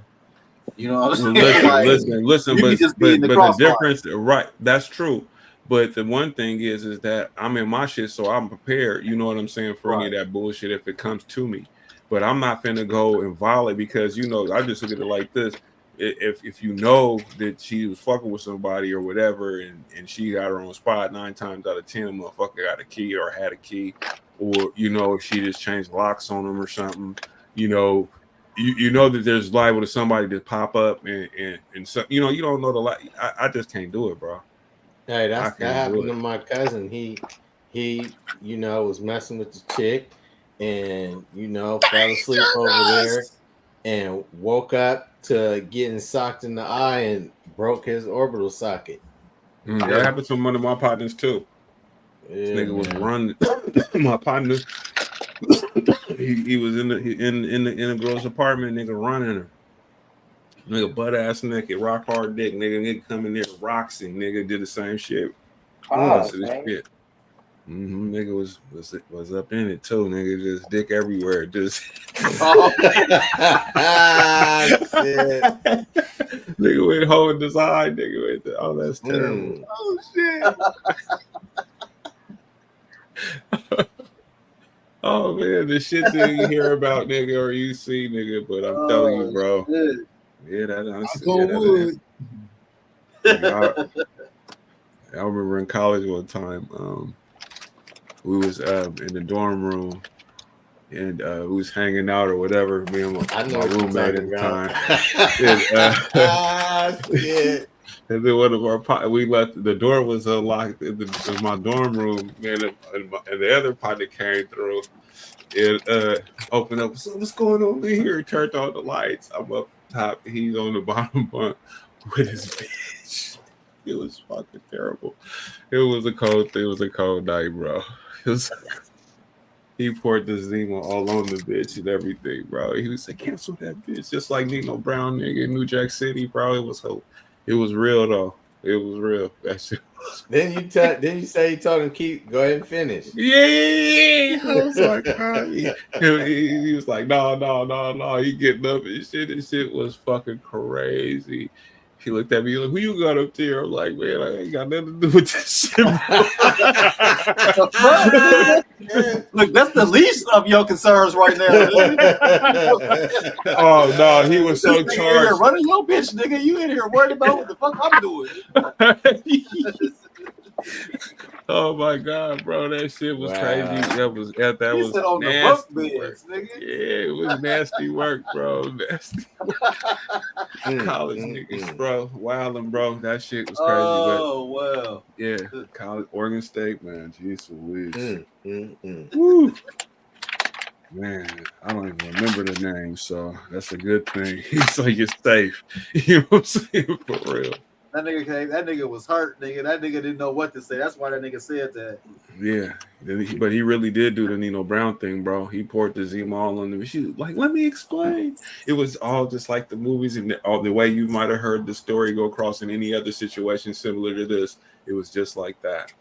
Let me explain. You don't understand. What you gonna explain? Like you fell on me or something? Like you get your clothes up. So you get fucked on the bunk bed by my partner. Right.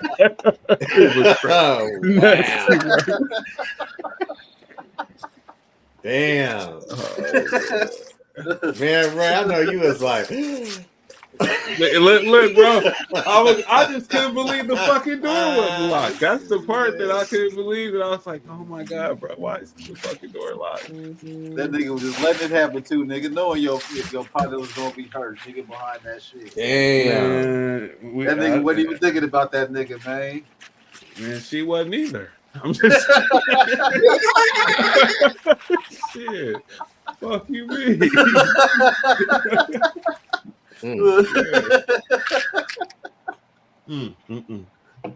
That is definitely going in my book. I already started doing my little liner notes and shit the other day. I'm proud of myself, but nigga, that shit was hilarious. It was cold though. It was cold. But man, I seen that shit. That dude jumped off the thing and killed himself over there on the freeway. Don, you said you seen it. Yeah, we was on the way to football practice, and the traffic just all of a sudden came to a fucking halt, and it was like, it ain't never like that on Lombard.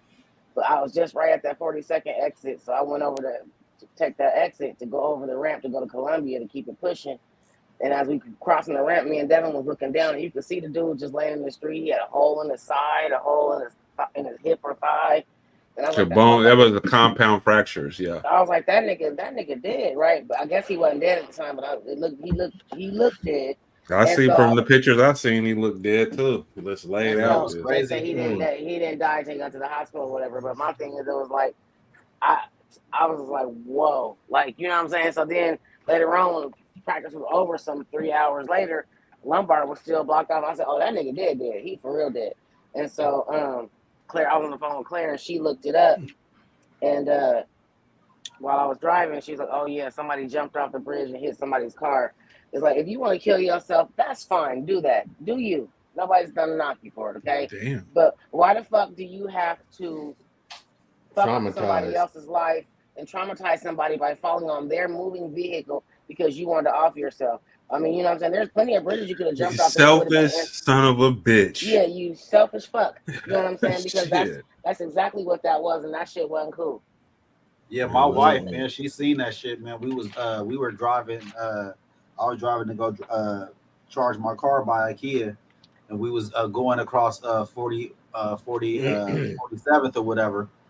And then as soon as we hit over there, she had looked back, and she was just like, we had seen the ambulances and stuff. She was just like, man, it's a body on the ground right now. Yeah. And I'm like, what? I'm like, she was like, man, it don't look like he moving or nothing. It was like, and I'm like, and then I was just like, it was like the paramedics didn't know what to do. They looked so discombobulated. It was like, man, listen, man. She was just like, I was just like, man, you shouldn't have seen that shit.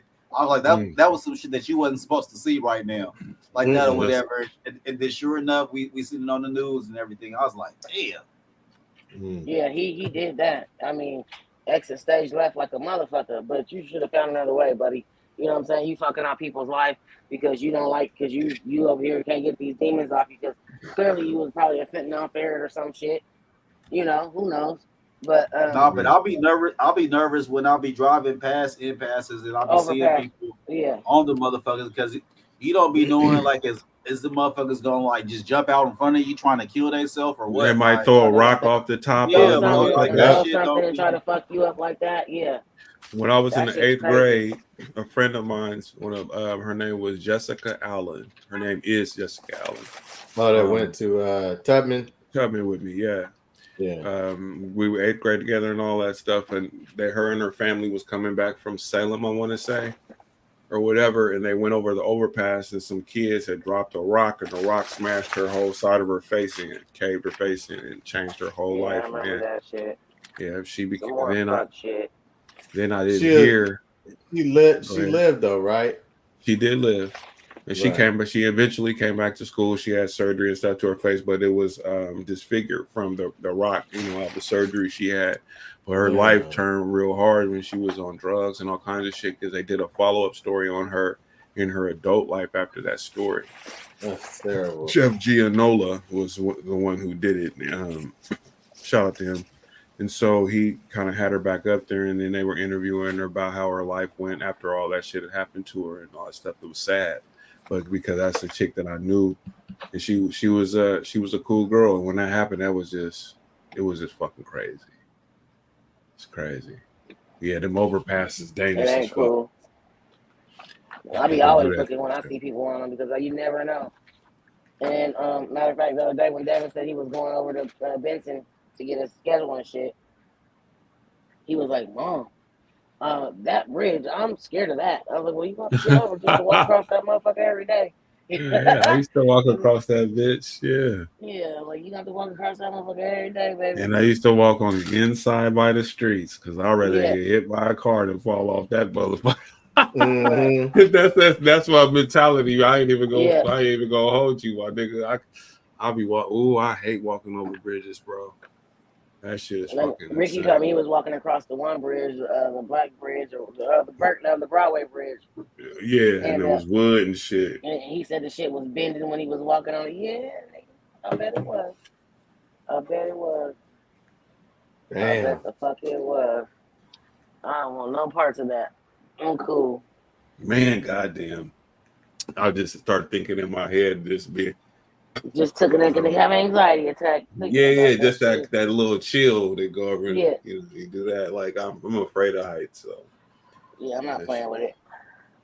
That shit I'm not playing with it. Mm. I'm not playing with it. I knew when I was in the 5th grade and they took us to Multnomah Falls and it was our 5th grade class or whatever. We going up the top. It was all of us, Danny, Truck, all the niggas. We was all walking up the top. We got to a certain point, nigga, and I just stopped and held onto the rock, nigga. The people had to come get me, nigga. I was like, I'm not moving. Truck was like, it's okay, no, it's slippery. You see that sled, nigga? I'm not moving, bro. Fuck you and this fucking thing. Somebody come get me. They didn't have to worry about it no more. Never again. Never again. They joked me for that for a long time. I don't care how all the jokes you want, nigga. I'm alive, ho. I bet you I won't be on that shit. Nope, don't play with that shit. Yeah, I remember we went to Big Kevin's, me, grandmother, and Brenda, and all. We went to Big Kevin's high school graduation, and we fucking around with Ronnie or Nate or somebody, and we running off. We supposed to be with them. We running up the stairs in the parking structure, and we get all the way up to the top, nigga. And it was so high, and I just got scared, and I wouldn't come down. Kevin had to come get me. He was so fucking mad. We had made it almost to the top of that parking structure, and I stopped, and I didn't move. I wouldn't move. And he had to come get me, and Grandma was like, don't you take your ass up there, no, but what the hell was wrong with you? Yeah, but you ain't got to worry about it, lady. Yeah, I'm good. Man. Did you hear about? I sent some stories into the chat. Yeah, I know. But and Ivory, well, I can't because my computer's tripping. Ivory that comment on the police officer that left his motherfucking gun in the gas station. Oh yeah. Okay, but you want to charge these niggas with all these crimes? Yeah, they're stupid as fuck for selling it on the fucking Cash App or whatever they were. You can't even sell shit on Cash App like the pictures like that, so that sounds dumb to me. But anyway, because he left his gun in the bathroom and he violated protocol and he didn't follow procedure. He was following. So what is his punishment exactly? Ooh, the feeling he felt when he realized that he left that motherfucker. God, I know he felt like this. My shit is over, nigga. He finna be fired and everything. He should. Yeah, with a stupid ass. Big dummy. But they want to make it seem like the niggas that got the motherfucking gun is just the worst people. No, he didn't steal the gun. He didn't steal the gun. He found the motherfucker. So it. Like you know, yeah, they try to say, "Oh, it's a stolen gun." No, they just was trying to. I mean, they can kind of call it stolen. I found it. You know what I'm saying? Technically, he didn't steal it. Yeah, right. He didn't steal it. So, he was stupid for fucking sold the motherfucker on the internet. That's the dumb shit. Yeah, that was dumb shit right there. Like, I don't even understand what he was thinking, you know, when he did that. Because the niggas in the South is remedial, nigga. I told you that when I was living down there in Tennessee. Them some remedial niggas. Not all of them, but the majority of them niggas is remedial as fuck. And it don't make no sense. Now, there's a whole lot of educated ones down there, but the majority of them regular niggas down there, them niggas as dumb as the day is long. They starting to arrest niggas in Portland now for drugs in downtown Portland. It's election year, so they trying to clean it up. And now they made drugs back illegal after that. Whoever came up with that idea was fucking on drugs. That's stupid. How did that become a fucking thing though, my nigga? Like, we went for it. Fucking county went for that shit. And we poured money into that shit and it didn't do nothing. Well, I mean, what happened was that, really, I would just say that during the crack epidemic, you know, people didn't really care about what was going on. Okay. Now that it's affecting a different demographic, uh, the way that they wanted to approach things were a whole lot different. You know, Yeah. now all of a sudden, you know, these are good people, and all you know, and there's no reason why they should be, you know, strung out on this stuff. They come from a good family, you know, so you know now there's sympathy and there's empathy that's involved in it, which there was none before. For the okay. Or I mean, is it that, or is it that you have more? You have people that have resources that are now that's happening to them. They're actually doing something about it. Well, remember when it started. So remember when it started, it, and how it was affecting. You know what I mean? Like we can look at the homelessness and all that other kind of stuff. If we really look out there, it's a majority of white people. Mm-hmm. Okay. You know, Yeah. if I go out I'll there and say the look and see same. the homeless, I'm pretty much seeing 90% Caucasian. I mean, but that's a reflection of what this fucking state looks It like, could bro. it could be, but I know in a It lot of is, other but states. if you go to other places like that have a higher black population, you're going to see a lot more black people that are But homeless. in all fairness though, but back when the crack epidemic was going big and it was affecting the majority of the black people in our community, you didn't see a whole bunch of black people outside homeless. They had places to go. They was just on crack, nigga, and they was stealing our shit and Your selling it. uncle But was your uncle, your auntie, or your mama, yeah, or your daddy, but or whoever. They all somebody, lived but at they home. They yeah, wasn't Mm-hmm. on the street. yeah. But These now it's motherfuckers is on the street, like camping in front of people they businesses want to and be pissing on the on. street. Yeah, they Right. Man, okay with it. The effects is totally the effects is totally different too. I will say that the effects is totally different, but And when the the pandemic hit, that outcomes shit are the went same. haywire. But the outcomes are the same.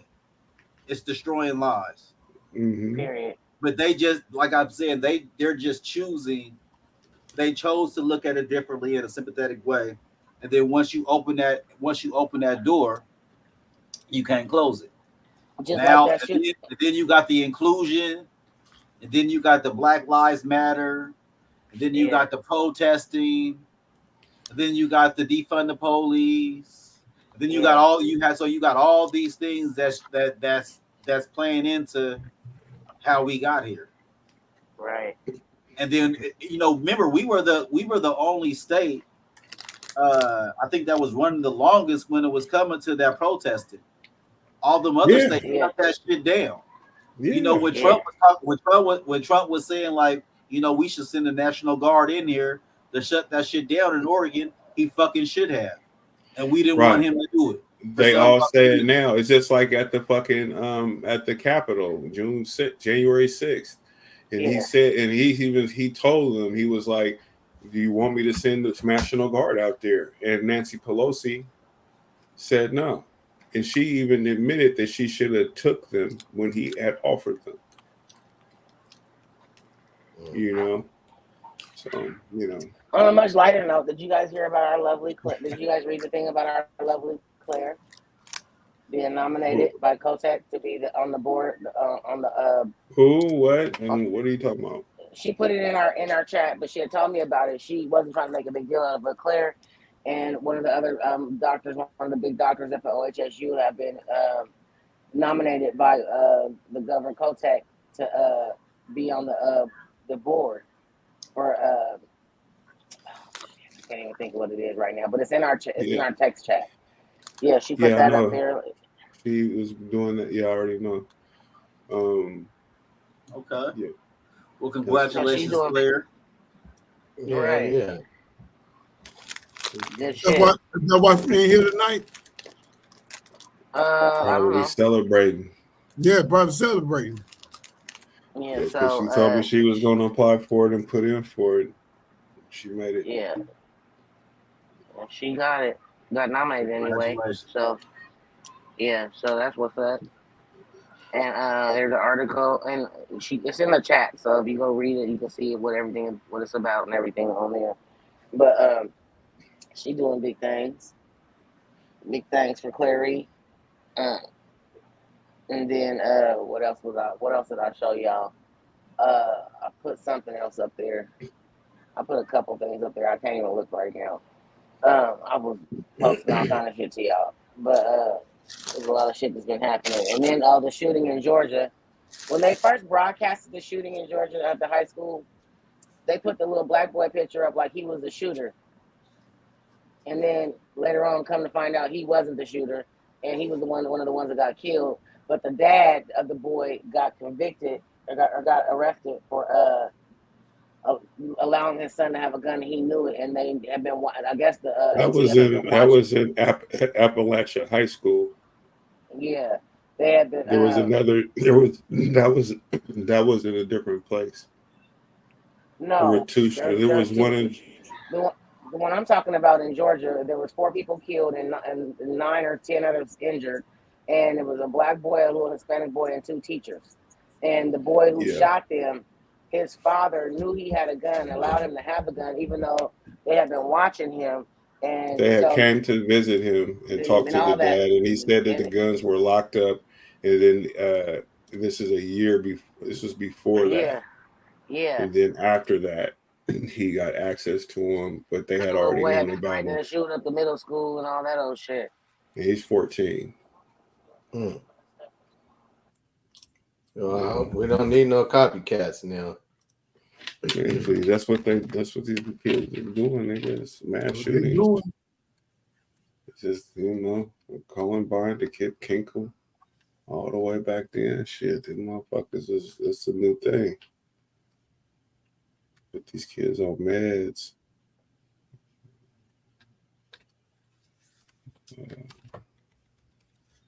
Yeah, but they charge the father with murder though, because the kid they can't charge him with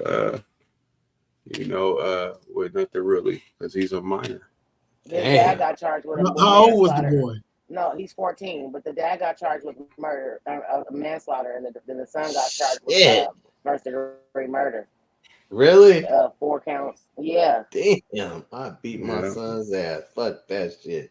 Let me out. You should have did better, nigga. As a parent, nigga, you fucking it's got too late now. Oh yeah, he wish he had it. He wish he had her. Yeah. Damn. He probably should have beat his ass about 7 years ago. Longer than that. Oh, like today. Oh, let me tell you. So, man, these kids is too sensitive for me though, bro. No, I mean we didn't all got picked on. Nigga, we wasn't getting guns and getting our parents 25s and hunting rifles, nigga, killing people and shit. These kids are some pussy ass bitches, man. Shit. Well, I had a little motherfucker today. He probably gonna be a school shooter later on in his life. I had a couple of patients to come in. They brought both their kids at the same time. They just get the shots and shit. This little motherfucker was running through our office screaming, "No shots!" And he's like 4, "No shots!" He's snatching my motherfucking calendars off the wall, tearing my shit up, hitting his mom, and she's like, "No, honey, no, I need you to. I want M&Ms." And I'm just like, I'm trying to be graceful and not show my other side. And I was like, "Ma'am, you need to whoop him. For real. He needs an ass whooping. For real. I ain't saying you got to abuse the little motherfucker or no shit like that, but he needs an ass whooping. But you better whoop his ass now before it's too late. It's already too late if we acting like that. He's like that. I mean, like, he was out of control. So I took, never mind, I ain't gonna say that part. I'll wait for that backstage.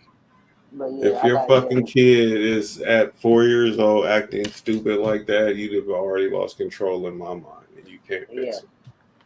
Ain't no fixing that. No, it's don't get me wrong. It's fixing it. It's fixing it because it's learned behavior. Right. The kid don't come out at 4 years old just acting like that. The kid is learning this, is watching this shit. You're allowing right. Let me say that they ain't going. I don't think that they going. If they haven't done anything, then I don't think they will. Then I'll say that. Right. Safe to say. Yeah, definitely a fact. Yeah, I can dig it though. Yeah, it is a learned behavior, and if you change how you deal with the kid, that most likely will change. But I guess what I'm just saying, like I said, if the parent, if they allowing it to get to this point, you already frustrated. I mean, are you gonna really change? How many parents do? They might relax and let some things, they might, let some stuff start to slide again, then they fall back off. It's like, who knows? But I don't think that kid, I think he's done. Yeah, it's a wrap. He had both parents there, and he was still showing his ass. I would have beat the skin off his ass. And the dad's in the home. Damn, that's I would have beat the skin off of him. He's a school shooter. He's a school shooter. That's what I said. He's a future school shooter right now. Like seriously, like I couldn't believe it. I was like, he's tearing up my my stuff in my office, in my lab. What are we doing? Can you get him, please? This is not safe for me. Okay, it's not safe for me. You know what? I went and watched it. I went and watched the the footage and all that stuff from that Vegas. You guys remember that Vegas shooting that happened? Yeah, with the old man. Yeah, man. That's like I was reading about that, man. That shit was a crazy situation, man. They and then after when the police was closing in on him, he ended up offing himself or whatever. But it's so weird though, like because they never got an understanding of why and what that was about. And to me, I get to thinking, I'm like, there's something more to that situation. They was trying to do something with that. I don't know, but that shit was fucking insane. Watching the videos, and like 59 people got killed, and he wasn't he shooting out the window? Yeah, at the hotel room, on the balcony at the hotel. It was no balcony in them hotels down there. This he broke the glass. He had a suite. He broke the glass out, and I'm talking about he had like army shit. You could hear the video. It's like he's like, man, the people was just getting clipped. He killed 59 people.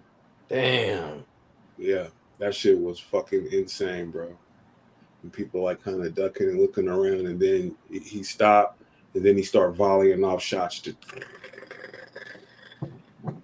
just hitting motherfuckers, knocking people off from that window, just spraying from a high point with a machine gun like that. He had thousands of rounds in his room and all type of weaponry. He must have lost big because they showed pictures of him. He's gambling. I don't know if it was some inside job, some side. I don't know what the fuck to call that, but that's just a crazy story. And then it just went away. 60 people died or were murdered. He killed himself, and there's no reason why. But if you think about it, like every year around election time, there's a school shooting. Every single fucking year. Damn, a season for the shit, huh? Yeah. School shooting shit. They try to knock off a former president. Hell, knock this one's fucking ear off. Shit. He lucky that's all they knocked off too. Yeah, it could have been very, very. It could have been way worse than that. Mm-hmm. Yeah, these motherfuckers. That shit. That's why everybody better get their guns up. Yep. Nigga, I got mine. Man, I got mine, and I'm building. Gonna buy some more stuff next week. Shit, I'm like, man. Hey, Ivory, what you reckon? I was telling Ray, I'm looking at that 357. I don't. That's the one I don't have. Is a 357. I normally carry I like 40s. Yeah, I want that in the 45. Yeah, it's a big shit. I got a 44 Magnum revolver. Ooh, yes, Ivory. Yes, I got that. Do you tote that gun around with you? How much do you versus your other gun? What's your everyday carry? That was my when I went archery. I used to carry that motherfucker, but that motherfucker heavy. So now I got bear loads for it, and now I got a thing I carried across my chest, and I'll use that when I go. That'll be my sidearm when I go out hunting. Because you only gonna get 2 shots at a charging bear. If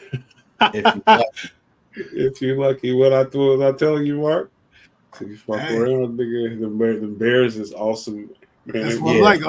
I'm not going out there. Y'all can continue to share stories. Ray got to pick. Ray gonna go hunting with me next year, man. Y'all watch. I got my hunting rifle now. I'm ready. Got my ammo. Step my game up. I'm getting my AR next week. My my little smaller pistol that I'm gonna have. I got a couple of them coming in, so I'm like, fuck it. Some extra and some clips, nigga. I got some firepower. I'm getting myself. Yeah, I'll do anything besides that. You want to go hunting? Oh, I'll go hunting. I'm just not trying to hunt no goddamn bear. Well, they live out there. I'm not trying to be nowhere where no bear. I'm gonna end your question right now, Ivory. I'm not trying to be nowhere where there's some bears gonna be at. Nigga, where you live at? You better look at where you live at, nigga. You probably got a bear in your backyard. Shit, what you talking about? Hey, look, if y'all going hunting for bears, that means that there's a number of bears that are in that vicinity. Hey, here's the cool part, man. What you need to be scared of is them cougars. Fuck a bear, nigga. Oh, I would agree with that. And you got cougars. I would say I think a cougar's their range is like I think 50 or 100 square miles. Oh yeah, what you mean? So that's their home. That's their home territory. Is 100 miles. Got you. So they're in there. Yeah. So if you got two toms, I mean, I mean, they breed like a motherfucker out there, right? So you got two alpha cougars. I mean, it only can be one. Some of them motherfuckers is 200 something pounds, nigga. Yeah, I seen that. Shit. And Ray, so Ray, I'm gonna tell you like this too, man. You'd be amazed of how many cougars you've been within 10 feet of that you never knew was there when you out there hunting. Because they don't always say, or nigga, look at me. Nigga, they'll let you walk by. Right. If I had a crystal ball and it showed me how many cougars were within 10 feet of me, I probably would never hunt ever again, nigga. I wouldn't even go in the woods if I had the ability to see the shit that could have fucked me up and didn't. I'm cool. He said, "Yeah, I'm cool. I'm cool, bro. Like, there's some shit, bro. Like, I need to see this shit. You can't even get your words out, nigga. Listen, I can't. I can't. And I gotta at least be able to see this shit coming. I want to be able at least to be able to defend myself, and I just can't imagine getting eaten, nigga. Just eating alive. It happens. That's some bullshit, nigga. That's a bullshit way to die, nigga. Hey, they tell you just fight back. Fight is best you can. Nah, you fight back with a black. Yeah, there's black bears. So black bears, you gotta fight. With a grizzly, you just gotta protect yourself and hope that they don't get you violent. You gotta protect your head and tuck in and all that. And then once they stop beating your ass and you're not a threat anymore, you know they'll let you rock. But if they hungry or some shit like that, or you a meal, they finna fuck you all the way up. Mm-hmm. That's how they work. And if a male is on your head and he following you, he interested in it, he want that. He gonna eat you. He ain't gonna run for you if he already can assess. You're not helping the situation if y'all want Jermaine to go in. He can already assess your abilities, nigga. So he's like, oh, trust me, I already know, man. I might said a nigga might as well, if that's gambling shit, you might as well go ahead and do the Australian shots. But if you like gambling, look, shit. I'm gonna get all these niggas out there. You might as well wear a pork chop bikini and go ahead and clip a line. I'll do some fishing. I'm just when it comes. But bears like to fish too. I get all of that. But where I'm trying to fish at ain't gonna be no bears at. Not that nigga's big ass boat. I know that nigga got a good boat. I know that nigga got I ain't seen it, but I know he got a good boat. I know he got some shit that's gonna have a nigga somewhere. Ain't no bears gonna be out in the middle of where that nigga boat get to. No, it ain't. At least in the board. Speaking of fishing, Ivory, Yeah. Are you gonna go fishing while there's still salmon season? I don't fish for salmon because I ain't got time to be playing with them people and they rules and shit. God damn you! I want some salmon because it's gonna cost the same price to get You a better whole go one to from the the store. ocean. You better go to the store, drive up to Cascade Locks. You gotta go to Pipe's place or whatever. You gotta go down there and then. I actually got a friend of mine's. He goes fishing and he fishes for king salmon, and every year he gives me a gang of it, smoked and all that shit.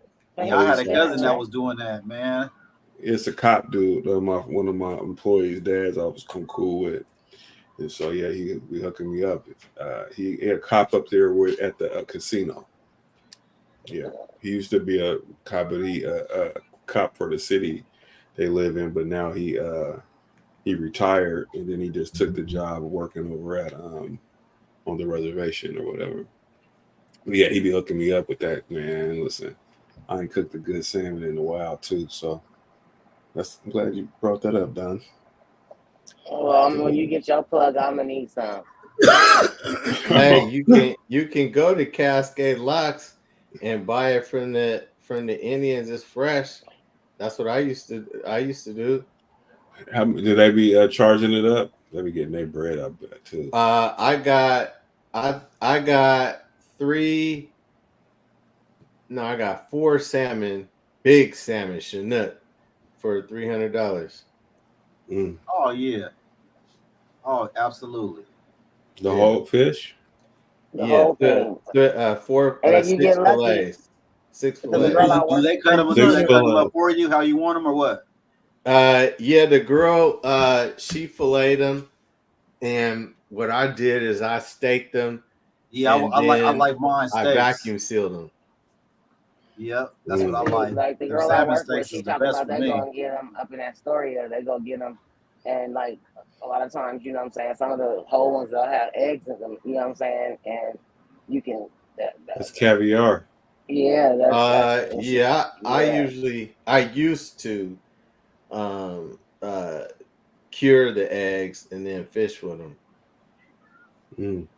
Do some people do the caviar with those fish that they catch out? You know. Yeah, they catch them. She said what they do is they make the what's that shit y'all like to eat, sushi with them, and do the sushi rolls and shit like that, or do the rice rolls with the sushi on them. You know what? I had seen some shit on the menu one day too. Yep. Yeah, I've seen the salmon eggs. They have them on there sometimes. Y'all talking about some good eating? Oh.